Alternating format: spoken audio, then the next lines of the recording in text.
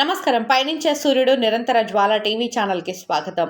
అగ్రిమెంట్లో ఒక ఫ్లాటు రాసి 3 ఫ్లాట్లకు డబ్బులు వసూలు చేసిన మామిడి గోవిందరావు వారి బృందం రణస్థలం మండలం మెంటాడ వద్ద గల 17 ఎకరాల రియల్ ఎస్టేట్ వెంచర్లో మోసపోయిన బాధితులు మీడియా ముందు వాపోయారు.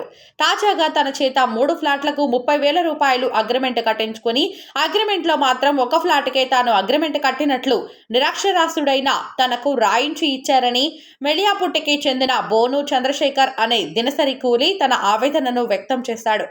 30,000 రూపాయలు అగ్రిమెంట్ డబ్బుతో పాటు నెలసరి వాయిదాల కింద 16 నెలల పాటు 45,000 రూపాయలు కట్టానని అన్నాడు. తనకు అందంగా డిజైన్ చేసిన బ్రోచర్ చూపించి మామిడి గోవిందరావు వద్ద అప్పటికి ఏజెంట్గా ఉన్న మేస్త్రి కనకాల నీలకంఠు తనను నమ్మబలికి అగ్రిమెంట్ కట్టించాడని తెలిపాడు.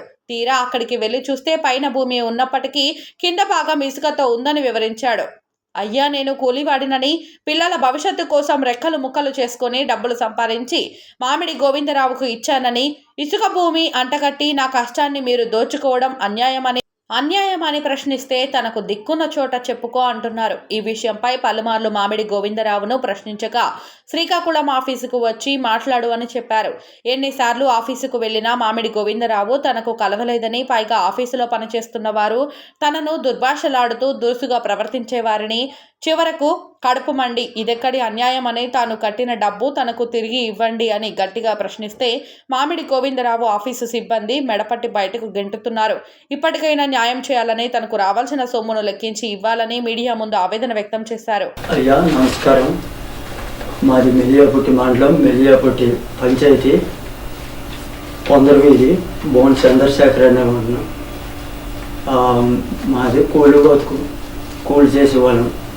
టీడీపీ తరఫున పాతపట్నం నియోజకవర్గంగా పోటీ చేస్తున్నా, ఎమ్మెల్యేగా పోటీ చేస్తున్నా ఆ మామిడి గోవిందరావు అతని దగ్గరే 3 ఫ్లాట్లు లాక్కున్నా అగ్రిమెంట్ చేశాను. అగ్రిమెంట్ కట్టేటప్పుడు నెలకి ఒక ఫ్లాట్కి 10,000 లెక్కన, అప్పుడులోన 3 ఫ్లాట్లకి 30,000 కట్టించుకుంటారు. అగ్రిమెంట్లోన ఒక ఫ్లాట్ అనే రాశారు కానీ 3 ఫ్లాట్లని రాయలేదు. ఆ తర్వాత మా పిల్లలకి, మా పక్కన ఉండే వాళ్ళకి చూపెడితే ఒక ఫ్లాట్ కింద ఉంది అనేసి అన్నారు. అంతే ఆయన గురించి మళ్ళీ అడిగితే ఏమన్నారంటే అది తయారవుతాయి అనేసి చెప్పారు. 3 ఫ్లాట్లు అనేసి అగ్రిమెంటు అప్పుడులోనూ 10,000, ఒక్కో ఫ్లాట్కి 10,000 లెక్కన కట్టించుకుంటారు. ఆ తర్వాత నెలకి 2,000 లెక్కన 6,000, 3 ఫ్లాట్లకి 3 రోజులు 6,000 ఇవ్వడం అయింది. 16 నెలలు కట్టాను. ఇలాగే నెలకి 2,000, 3,000, 4,000 లెక్కన ఇలాగ 16 నెలలు కట్టాను. కట్టిన తర్వాత మొత్తం కలిపి 75,000 అయింది. అది ఎక్కడ సోటు అని సోపట్టమన్నాను. సోపట్టమని తర్వాత ఆ సోపెట్టారు మెంటాడ అనే గ్రామంలో. ఆ గ్రామంకి వెళ్ళి చూసేటప్పటికి మీద మట్టిలో ఉంది, కింద ఇసుక. ఆ ఇసుక ఇదేనికి పనికొద్దా బాబు అనేసి నాకు అప్పటి నుంచి మరి కట్టడం మానేసాను. కట్టడం మానేసిన తర్వాత ఆ డబ్బులు అడగడానికి వెళ్ళాను.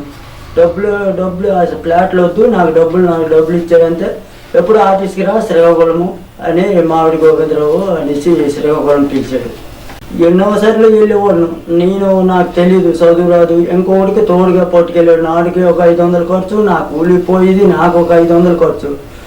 ఇన్నిసార్లు 3 సంవత్సరాలు తిరిగాను. తిరిగి కాలు అరిపోయి మరి కూలిపోతుంది, నేను కూలి లేకపోతే నా పిల్లలకి బతికించలేక అలాగా గట్టిగా అడిగేటప్పటికి మెడపట్టి ఆఫీసులో నుండి ఆ సెక్యూరిటీలో మెడపట్టి తోసారు. మరి గుండె పేక పట్టుకొని తోచాను. మరి ఇంకేటి చెప్తాం. అప్పుడే వచ్చాను.